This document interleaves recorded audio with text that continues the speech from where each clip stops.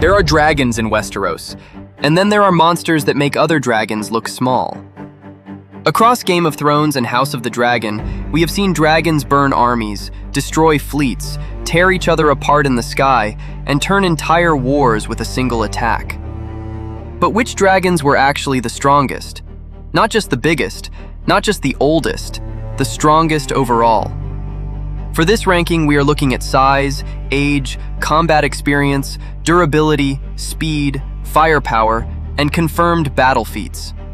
And one important rule: there is no official power ranking, so this list is based on what these dragons actually proved they could do. Let's begin.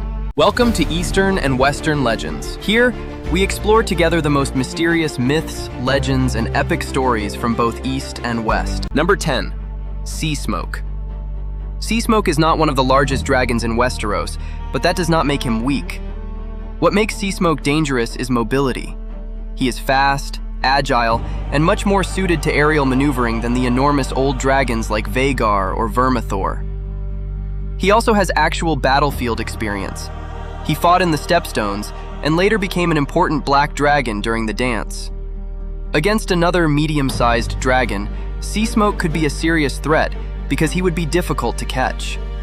But that is also his problem. Against the giants of this list, speed can only compensate for so much. One clean bite from Vhagar or Vermithor would probably end the fight. That is why Sea Smoke takes number 10. Number 9. Rhaegal. Rhaegal often gets ignored because Drogon receives most of the attention, but Rhaegal was still an extremely dangerous dragon. He survived battles against the dead, fought during the final wars of Daenerys Targaryen, and grew into a powerful war dragon, despite being incredibly young compared with the ancient beasts of House of the Dragon. His biggest strengths were speed, firepower, and mobility. But there is one major reason he stays low on this list. Rhaegal never proved himself in serious dragon-on-dragon combat, and his death also showed that young dragons were still vulnerable to concentrated anti-dragon weapons. He was powerful, but compared with the veterans above him, he lacked both age and proven dueling ability. Number 8. Sunfire. Sunfire is one of the most beautiful dragons in Targaryen history, but he may also be one of the hardest to kill. That is what puts him on this list. At Rook's Rest, Sunfire suffered catastrophic injuries in a battle involving Meleys and Vhagar. His body was badly damaged, his wings were ruined, and somehow, he survived. Even after that, Sunfire was still capable of fighting again. He later killed Moondancer despite already being severely injured. That tells us something important. Sunfire's greatest strength was not size, it was resilience.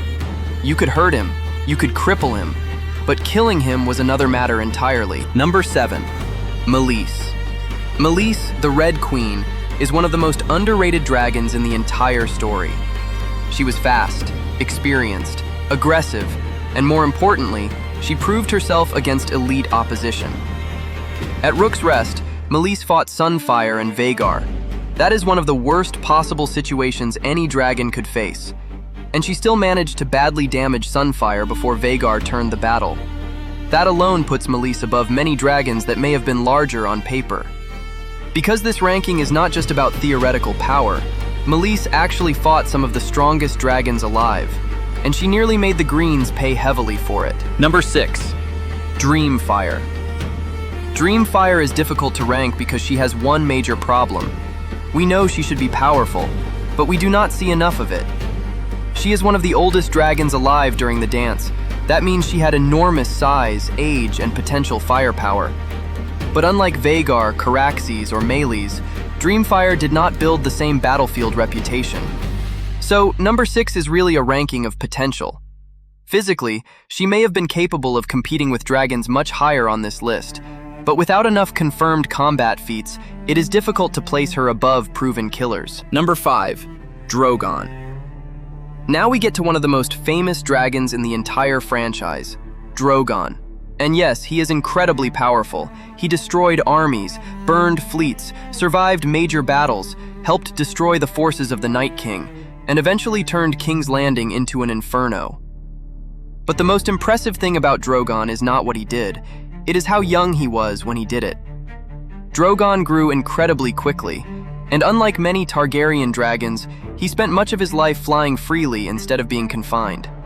That may have contributed to his size and aggression, but there is one reason I cannot place him in the top 3. Drogon never fought an ancient war dragon like Vhagar. He is terrifying, but he is still young. If Drogon had survived another 50 years, this ranking could look completely different. Number 4. Vermithor. Vermithor is where raw power becomes frightening. Known as the Bronze Fury, he was one of the largest dragons alive during the dance. Only a very small number of dragons could compete with him in size, and that matters. Because once dragons reach this scale, a fight becomes less about elegance and more about mass. Vermithor had enormous physical strength, devastating flame, and enough size to overpower most younger dragons simply by getting close. His biggest weakness is that he lacked the same modern combat experience as Caraxes or Vhagar. But if we are talking pure physical power, Vermithor belongs near the top. Number 3. Caraxes.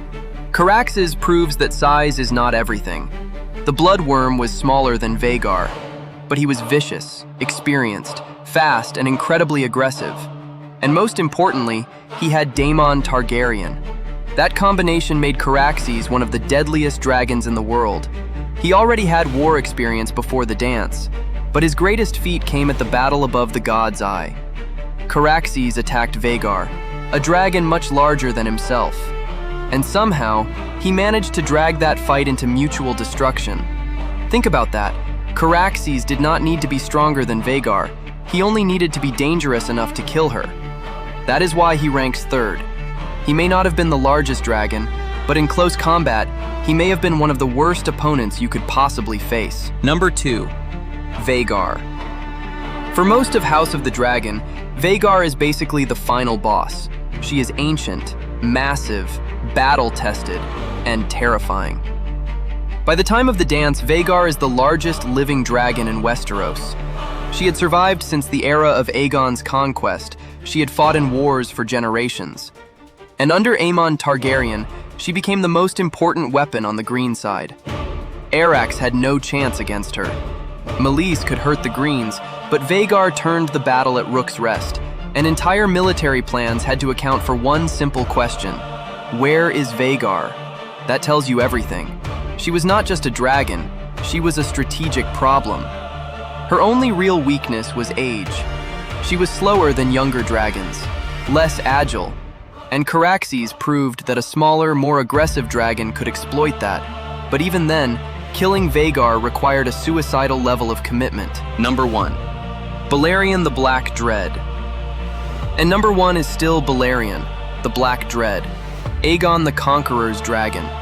Balerion was not alive during the Dance of the Dragons, but if we are ranking the strongest dragons in the wider HBO Targaryen world, he still belongs at the top. At his peak, Balerion was enormous. His shadow was said to swallow entire towns. His fire could melt stone. And during the conquest, he helped destroy Harrenhal. That is not just battlefield strength, that is siege-level destruction. Vhagar was a weapon of war. Caraxes was a killer. Drogon was a fast, aggressive destroyer. But Balerion was something else. He was a natural disaster with wings, and even generations after his death, every Targaryen dragon was still compared to him. That is why the Black Dread takes number 1. So the final ranking is number 10, Seasmoke. Number 9, Rhaegal. Number 8, Sunfire. Number 7, Meleys. Number 6, Dreamfire. Number 5, Drogon. Number 4, Vermithor. Number 3, Caraxes. Number 2, Vhagar. And number 1, Balerion the Black Dread. But there is one dragon I know people are going to ask about, Viserion, especially undead Viserion. If we counted the Night King's version separately, he could absolutely enter the top 10. But at that point, we are no longer comparing normal living dragons. We are comparing something supernatural, and that changes the rules completely. So now I want to hear your ranking. Would Drogon really lose to Caraxes? Could Vermithor defeat Vhagar? And if every dragon fought at its absolute peak, could any of them actually beat Balerion? Let me know in the comments.